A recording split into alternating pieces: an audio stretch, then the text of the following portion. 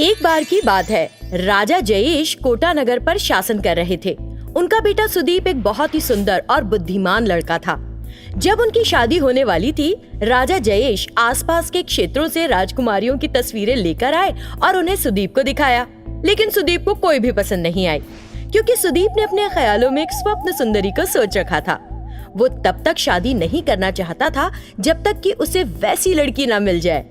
राजा जयेश ये बात नहीं जानते थे।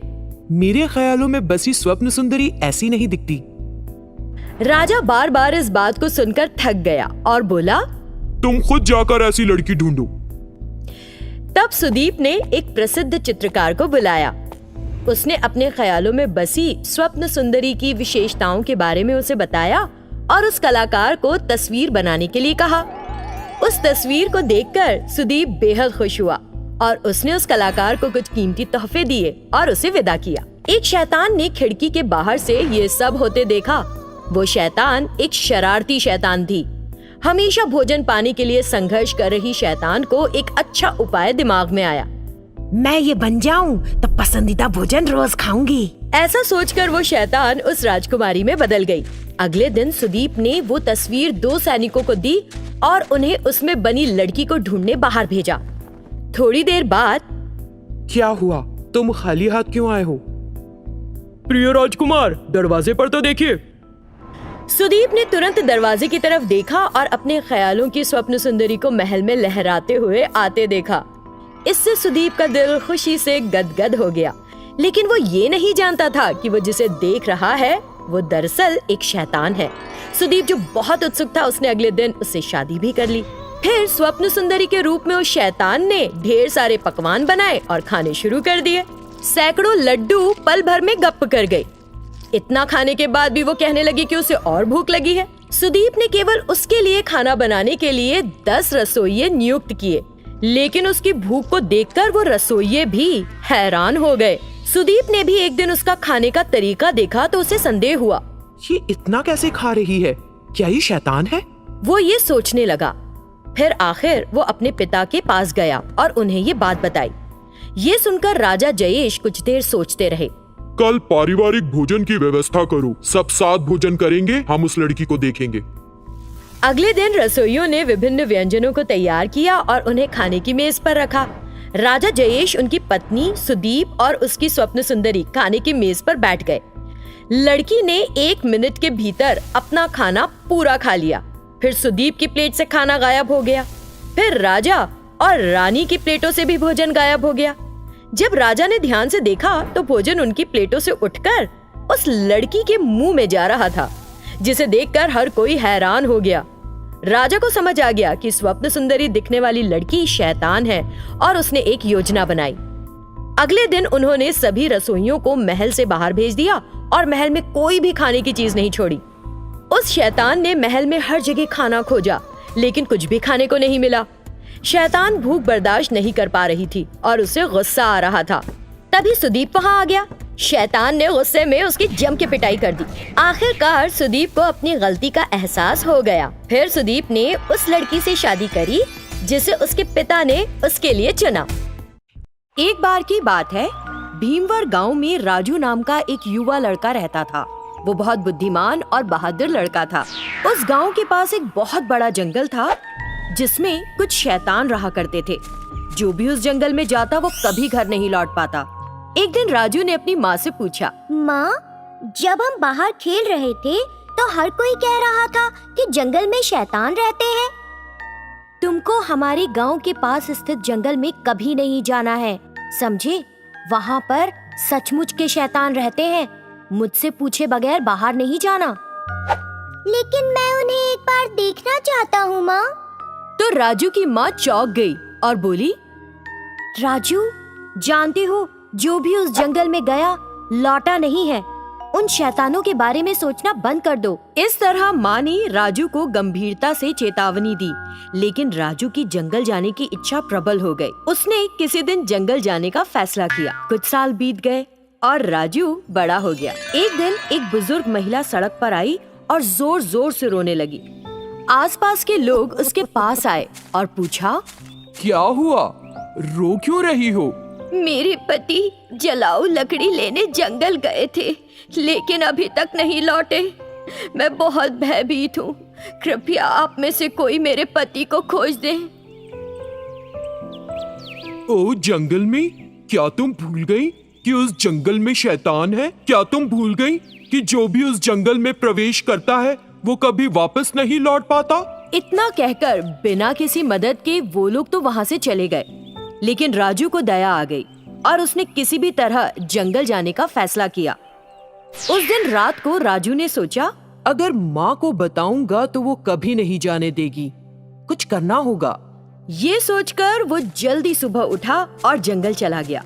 उस जंगल में उसे वहाँ कोई नहीं मिला और हर जगह सन्नाटा था। वो शैतान है कहाँ? ये सोचते हुए वो जंगल में और अंदर चला गया। इसी बीच उसे शोर सुनाई दिया। उस शोर की आवाज की तरफ वो धीरे धीरे चलने लगा और आसपास भी देखने लगा। दो भूतनियां आपस में बात करती हुई जा रही थीं। उन भूतनियों को देखा तो राजू उनका पीछा करने लगा। एक स्थान पर पहुंचते ही उसे एक बार में 10 शैतानों का समूह दिखा। राजू घबरा गया। उस स्थान पर उन शैतानों ने जंगल में आए लोगों को पकड़कर गुलाम बना रखा था। राजू को ये देखकर बड़ा गुस्सा आया और उसने उन लोगों को शैतानों से बचाने का फैसला किया। फिर वो चुपचाप घर लौट गया। जब वो घर पहुंचा तो उसकी माँ रो रही थी। राजू को देखकर उसकी माँ ने कहा, राजू, तुम कहाँ चले गए थे मेरे बेटे? मैंने तुम्हें सुबह से नहीं देखा। मैं कहीं नहीं गया था माँ, खेत गया था और वहीं बैठा रह गया।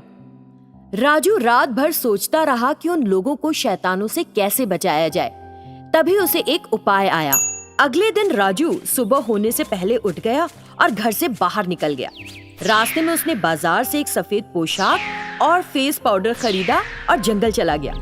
जंगल में पहुंचते ही राजू ने वो पोशाक पहनी और अपने चेहरे पर सफेद पाउडर लगाया और आंखों में काजल। वो एक शैतान की तरह दिख रहा था। फिर वो धीरे से चला और उन शैतानों की जगह पर पहुंच गया।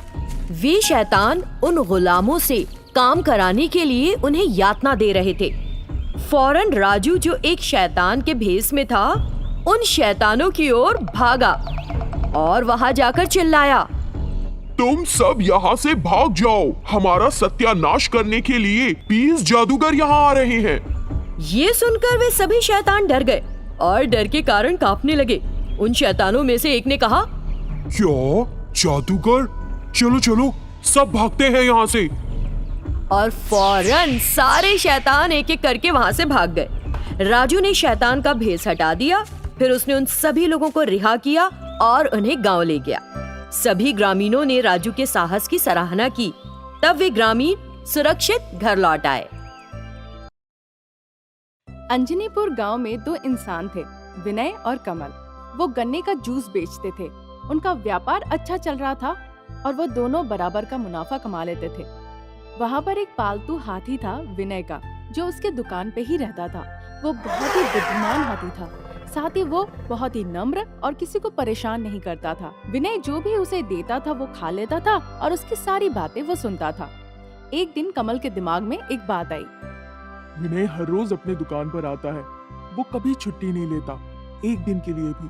अगर एक दिन के लिए वो छुट्टी ले लिया फिर उसके सारे ग्राहक मेरे दुकान पे आ जाएंगे। अगर ऐसा होता है फिर मैं बहुत अच्छा मुनाफा कमा सकता हूँ बस एक ही दिन में। पर विनय कभी भी गलत तरीके से कुछ नहीं सोचता था लोगों के बारे में। पर एक दिन कमल सोचने लगा, मुझे एक तरकीब आई है। अगर मैं विनय के दुकान में जाता हूँ जब वो नहीं रहता है और कुछ गन्ने वहाँ से निकाल लेता हूँ तो मुझे गन्ने खरीदने की कोई जरूरत नहीं पड़ेगी। ऐसा मैं आज ही करूँगा। ये सोचकर कमल विनय की दुकान में गया रात के वक्त जब वो नहीं था वहाँ, और कुछ गन्ने वहाँ से चुरा लिया। दूसरे दिन विनय दुकान पर आया और गन्ने को देखा। अरे ये क्या, कल तो मेरे दुकान में बहुत गन्ने थे पर आज मुझे बस कुछ ही गन्ने दिख रहे हैं, ऐसा क्यों? ऐसा सोचते सोचते विनय ने अपने हाथी से कहा, तुमने दुकान से गन्ने लेकर खाया है ना? सच बताओ मुझे, नहीं तो मैं तुम्हें बहुत डांट लगाऊंगा।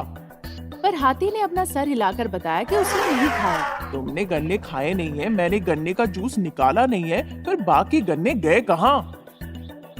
इस बीच एक इंसान विनय की दुकान में आया गन्ने का जूस पीने के लिए। इस तरह उसने फिर से व्यापार शुरू किया और गुम हुए गन्नों के बारे में भूल गया। पर हाथी को कमल पर संदेह हुआ और उसकी दुकान में छुप छुप के गया। वो हाथी कुछ गन्ने ले आया खेत से और विनय की दुकान के सामने रख दिया। इस तरह कमल विनय की दुकान में तब घुसता था जब विनय दुकान से निकलने वाला होता था और गन्ने चोरी करके वो ले जाता था। दूसरे दिन विनय दुकान आता था और हर बार गन्ने कम दिखते थे। इसी के साथ विनय को शक हुआ कि कोई तो है जो उसके दुकान में घुसकर उसके गन्ने चोरी कर रहा है, जबकि हाथी उस दिन कमल के दुकान में जाकर कुछ गन्ने उसके दुकान से ले आया था चुपके से और रख दिया था विनय के दुकान में आकर। उस दिन रात के वक्त विनय अपने हाथी को घर नहीं ले जाकर वहीं पर छोड़ दिया दुकान की रखवाली करने के लिए, उसे बिना बांधे हुए। जैसे ही कमल आया विनय की दुकान उस रात, उस हाथी ने अपने सुर से उसे जोरों से धक्का दिया और उठाकर पटक दिया। इसी के साथ कमल जमीन पर गिर गया और वहाँ से भाग गया। दूसरे दिन जब विनय अपने हाथी को लेकर जा रहा था, उसने कमल को देखा रास्ते में कि उसके सर पर पट्टी बंधे हुए है और उसे चोट आई है। कमल को देखकर विनय ने पूछा, अरे क्या हुआ कमल, पूरे शरीर में इस तरह से तुम्हारी पट्टी क्यों बनी हुई है? लग रहा है कि किसी ने तुम्हें बहुत पीटा है। हाँ, किसकी इतनी हिम्मत जो मुझे मारे? कल घर जाते वक्त मैं पैर फिसल के गिर गया। ये कहकर कमल वहाँ से चला गया। ये कहकर वो धीरे धीरे हंसने लगा। कमल को देखकर हाथी भी सर हिलाने लगा मजाकिया तौर पे।